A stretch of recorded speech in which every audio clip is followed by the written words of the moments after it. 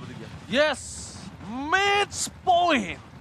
Satu nafas terakhir untuk Todak. Dan ingat, ini tidak ada lagi kesempatan untuk mereka bisa melanjutkan jenjangnya di MSC kalau mereka tidak mendapatkan poin ini. Tapi ini akan menjadi satu slot yang sangat mahal untuk Eko. Mari kita menjadi saksi bersama-sama siapakah yang terkuat di lautan Shidoro. Oh, dan langsung kita menuju ke game kita yang keempat. Dimana untuk dari area mid lane-nya harusnya masih cukup bermain aman. Mengingat untuk seorang Yawi ketika dia menggunakan Chow memberikan backup ke area Kaltizi terlebih dahulu. Itu merupakan sebuah opsi yang selalu dilakukan oleh Echo Philippines. Dan memang kalau kita melihat bagaimana rotasi di mid lane-nya ya untuk sekarang tidak akan berbeda jauh seperti mungkin kita saksikan di 3 game yang sebelumnya. Hanya saja Kaltizi seolah lebih berani dan hampir saja terjadi sebuah solo pick off di arah bawah. Dengan Momo yang tersisa 1 pixel HP saja, ini bener-bener squishy banget. Karena udah 2 kali kayaknya pasif dari Yuzongnya keluar. Ya, tapi Ferdin pun udah mulai mendekat ya. Kaltizi udah mulai mendekat ke area bagian bawah dan ada recall yang dilakukan di dalam bus di area outer turret sana. Astral recall dikeluarkan, tapi backup dari rival sudah mulai menuju ke arah bagian XP lane. Alright, kembali terjadi kali ini. Kita informasikan karena memang sebelumnya kita sudah sampaikan ya. Kalau misalnya Kaltizi sebelumnya berhasil break the GPM tapi dibalaskan langsung oleh seorang Benny Kitty. 942 sama 947. 47. Cuma beda 5 gold loh. 5 gold itu langsung ini ya, jadi top 4 dipegang Eko semua ya. Makanya. Ya nggak Radit? Nah bahkan kalau gitu kita lihat di sini di mana langsung ada seorang Yums yang mencoba untuk memberikan sedikit distraction. Kenapa Radit? Ya, nggak apa-apa. Ada gangguan aja tadi. Ada gangguan dari aja Yums tadi. ya. Iya bener banget, tapi aku dari tadi belum lihat nih ya, ada performa dari Chiku guys, yang dimana dia bisa memenangkan laningnya. Kita tahu Chiku adalah seseorang yang selalu mengeluarkan gameplay high risk, high reward. Bikin move lah. Bikin moves, tapi belum kita lihat sama sekali selama 4 game berjalan di match kita yang pertama. Dan ya, Sunford kembali membuka Black Dragon formnya untuk mensecure Turtle kembali menjadi milik Kaltizi. Wah, ini kalau kita berbicara lagi dan lagi, Black Dragon Transformation yang dibuka oleh Sunford selalu menjadi vision utama ketika Turtle-nya pun ready. Dan dia tidak pernah ragu, bahkan timing Turtle muncul, dia langsung Black Dragon Transformation. Seko nggak ada siapapun di arah top lane, sepi. Dan Yawi sudah mengetahui bagaimana deteksi dari Novaria yang begitu powerful, begitu jauh, begitu luas areanya. Jadi dia mainnya sedikit defensif. Mungkin karena dia juga melihat bahwa Yums adalah sosok pick over yang begitu offense. Makanya dia lebih main defensif daripada dia harus maju ke depan. Oh termakan dalam lamunan kali ini dari Yums. First blood kembali di tangan dari Eko. Dengan adanya 4 game terjadi.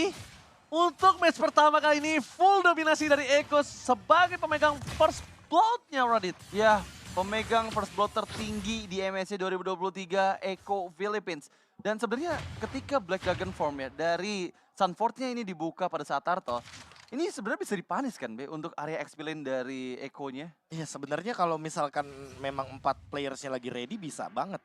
Tapi masalah utamanya kalau Petrify-nya Sunford yang ready malah jadi setup buat Echo.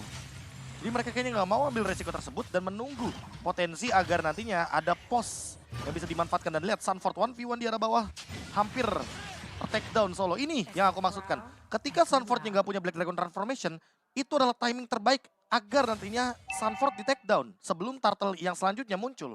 Iya, karena Post Turtle ya. Post ya, Turtle. post Turtle-nya harus inisiasi ke arah XP lane dari Echo Philippines. Kaltizi, Sanji bergerak di bagian mid lane, Astral recall hanya untuk clearing minion. Tapi Sanji memegang heavy spin.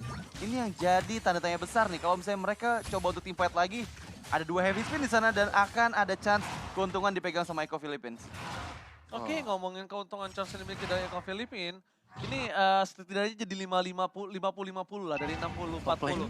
Karena 60-40 kenapa Todak, ya kita tahu balik lagi rival akan coba di poking damage-nya, bakal coba dihajar full damage, full invasi, menuju ke arah Sunford, bakal coba dibendung, masih ada Momo di depan sana, dan bahkan mereka akan menukar dengan seorang Sunford dengan Turtle yang mereka miliki. Mau tidak mau, tapi di arah top lane, Benny Kitty mencoba mendapatkan 1 poin kill dan bahkan rival yang harus hilang oleh seorang Sanji dan juga Kaltizi. Waduh. Oh, almost is never enough. Chiku guys, nggak can't pulang? you do it? Dia nggak pulang. Akankah coba dipaksa? One last hit, Benny Kitty berhasil men-take down Chiku guys.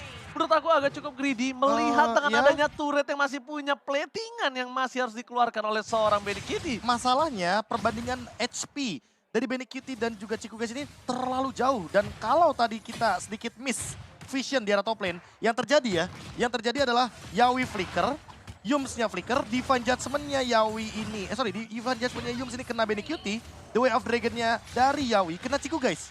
Jadi sama-sama kena pick off dua-duanya gold laner-nya. Hanya saja tidak tertangkap kamera karena di Turtle juga lagi ada action. Double action yang terjadi menimbulkan keuntungan yang luar biasa bagi Echo. Karena apa? Karena Sunford ditukarkan dengan Turtle yang kedua dan juga Benny Cutie yang mendapatkan 3 poin kill sampai di menit yang kelima saat ini. Wow, itu benar-benar keuntungan early game yang maksimal untuk Echo Philippines. Dari segi objektif mereka mendapatkan semua turtle-nya selama 5 menit waktu permainan kita berjalan. Dan gak hanya itu, di sisi lain lagi-lagi Ciku terkena pressure yang begitu besar. Forman move sekarang dari Todak Philippines. Oke, Sunford berubah menjadi Black Dragon Transform. Fokus ke arah Ciku Guys, pun akan menjadi pilihan utama. Dan bahkan di depan sana Flicker harus dikeluarkan dan itu adalah salah satu source yang cukup mahal. Melihat akan ada teamfight kembali terjadi, Sanji is coming up. Dan bahkan para pas juga dari Echo, mereka kemungkinan besar yang akan nge-catch up di arah Turtle tadi. Yes, tapi lihat Divine Judgment kira Sunford coba untuk memberikan diri. Pelop dari Kaltizima juga ada bagian depan, terkena efek tahun masih bisa mundur.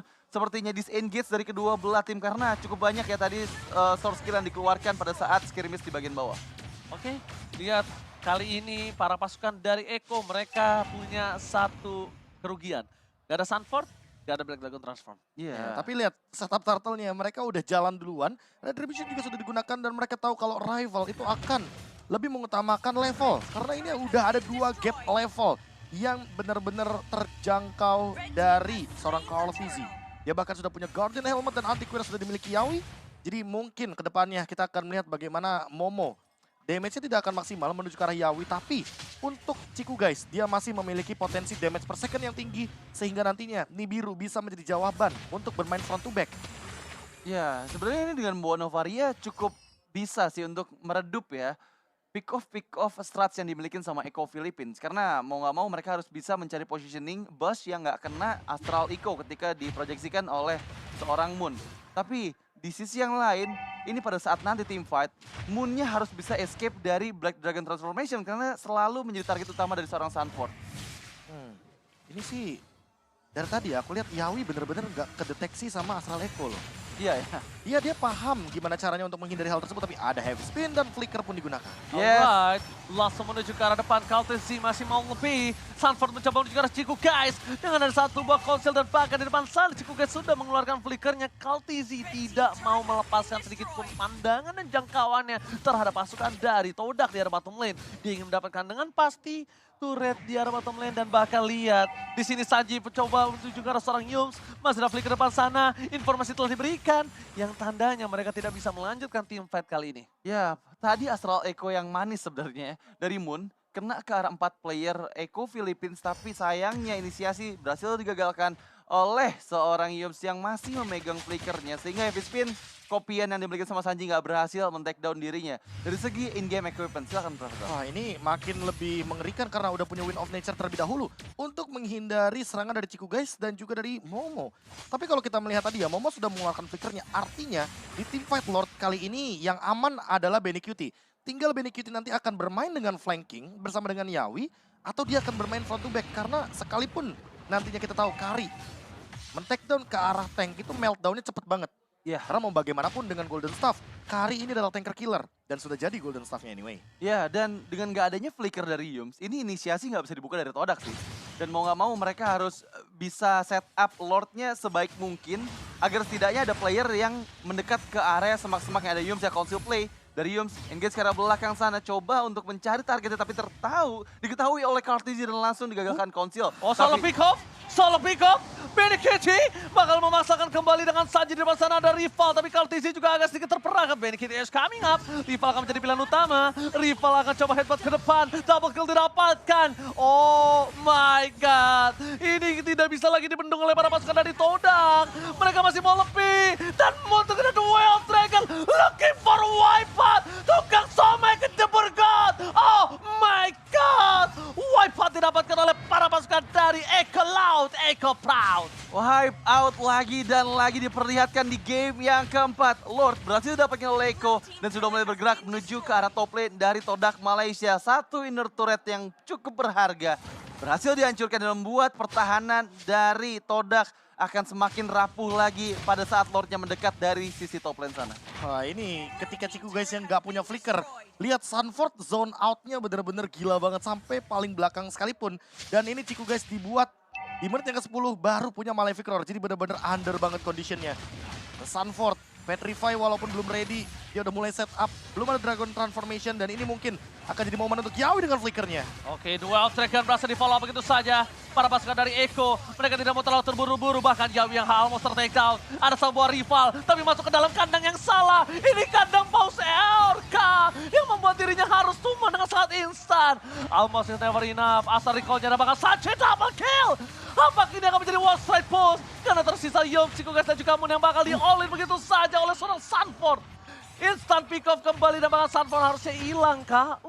Enggak. Dia kan dapat tambahan bonus HP Iya, bonus ketika HP. berada dalam Dragon Transform. Dan untuk sekarang Echo berhasil melumpuhkan setidaknya setengah dari damage turret di arah top lane. Dan kebetulan ini malah menjadi land of down untuk Echo. Karena apa? Karena Lordnya di bawah. Kebalikan dari game kedua. Lihat bagaimana instant replaynya di top lane terlalu banyak huru hara. Heavy spin pun digunakan beberapa kali. Sanji pun mengkopikan hal tersebut dengan IMU. Dan ini adalah sebuah self defense yang luar biasa. Yawi hanya menjadi bait. Yawi hanya umpan di sini agar source kill semuanya terbuka. Dan dengan top lane turret yang sudah tidak memiliki pasif dan Lord yang ada di arah bottom lane, ini Echo tinggal ngediemin aja top lane-nya agar nanti terjadi sebuah push untuk lane jauhnya. Alright, setelah adu gangsing kembali terjadi di arah bottom lane. Mereka coba fokus mendapatkan seluruh utility yang dimiliki dari Todak. Benar-benar digundulin dari segi jungle-nya, Radit. Iya, ini bakal cukup susah sih untuk bisa mempertahankan ya. Base yang dibelikan sama Todak Malaysia. Mereka hanya bisa mengandalkan nantinya Ciku untuk bisa clearing minion karena high ground defense yang mereka milikin mungkin paling power yang dibelikan sama Beatrixnya Ciku gitu. Kita tahu dari tadi inisiasi dari rival yang coba untuk mendapatkan Benny Kitty tapi nggak berbuah maksimal. Benny masih cukup aman sejauh ini, nggak terpick off sama sekali dengan 6 poin kill yang diamankan. Jadi itu merupakan PR besar nih dari Todak Malaysia. Nggak cuman Benny masalahnya, mereka pun harus bisa menghindar dari inisiasi pick off yang selalu dibuka oleh Yawi yang itu susah banget buat bisa dibendung gitu targetnya. Dan untuk sekarang lihat Yawi benar-benar zone out semua area jungle dari Todak. Bahkan dia masuk ke dalam area dari Magic Sentry. Tujuannya udah jelas banget, dia mau mencari informasi siapapun yang bisa dia kick. Kayaknya bakal dia Way of Dragon dengan menggunakan flicker. Dan dengan Lord yang tentunya sangat-sangat free. Bagi teman-teman dari Echo dengan perbedaan gold yang sangat luar biasa. 10.000 gold perbedaannya. Tentu dengan Lord Evolve yang nantinya mungkin di menit 18 bisa dia dapatkan juga. Lord Enhance ini bakal mendorong dan mendobrak di arah bagian top lane. Bawahnya, midnya terancam juga sebenarnya. Iya. Apalagi dengan relane push dan full item untuk Benny Kitty. Iya, dan gak hanya itu, semua spell dari Echo Philippines itu available semuanya. Dan dengan Lord yang bergerak sekarang, ini menurut aku bisa mendapatkan minimal 2 base turret atau bahkan menghancurkan semua base turret yang dimiliki sama Todak Malaysia.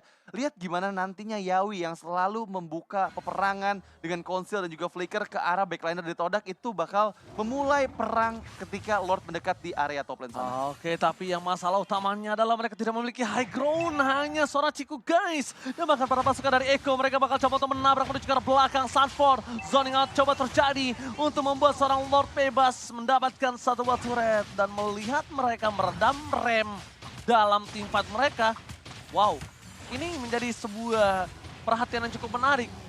Itu tandanya Sanford cuma sebagai baiting saja.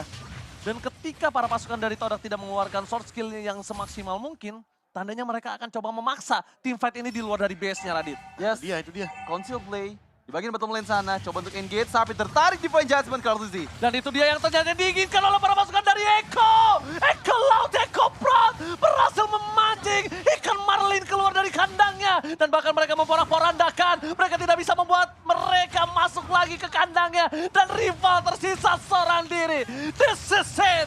Echo Loud, Echo Proud berteriak di dalam arena MSC. Dan bahkan Echo berhasil memulangkan Todak menuju Malaysia. Echo Loud out. Echo Proud wipe out. Wipe out 3-1 dengan diberikan 1 poin kill saja. Carl TZ sebagai umpan, sebagai bait. Dengan Baru- Divine Judgment yang tadi sempat muncul. Dan memang yang tidak terduga-duga adalah bagaimana cara respon dari seorang Sanji. Dia menuju ke arah belakang, dia target Cikunya dengan heavy spin.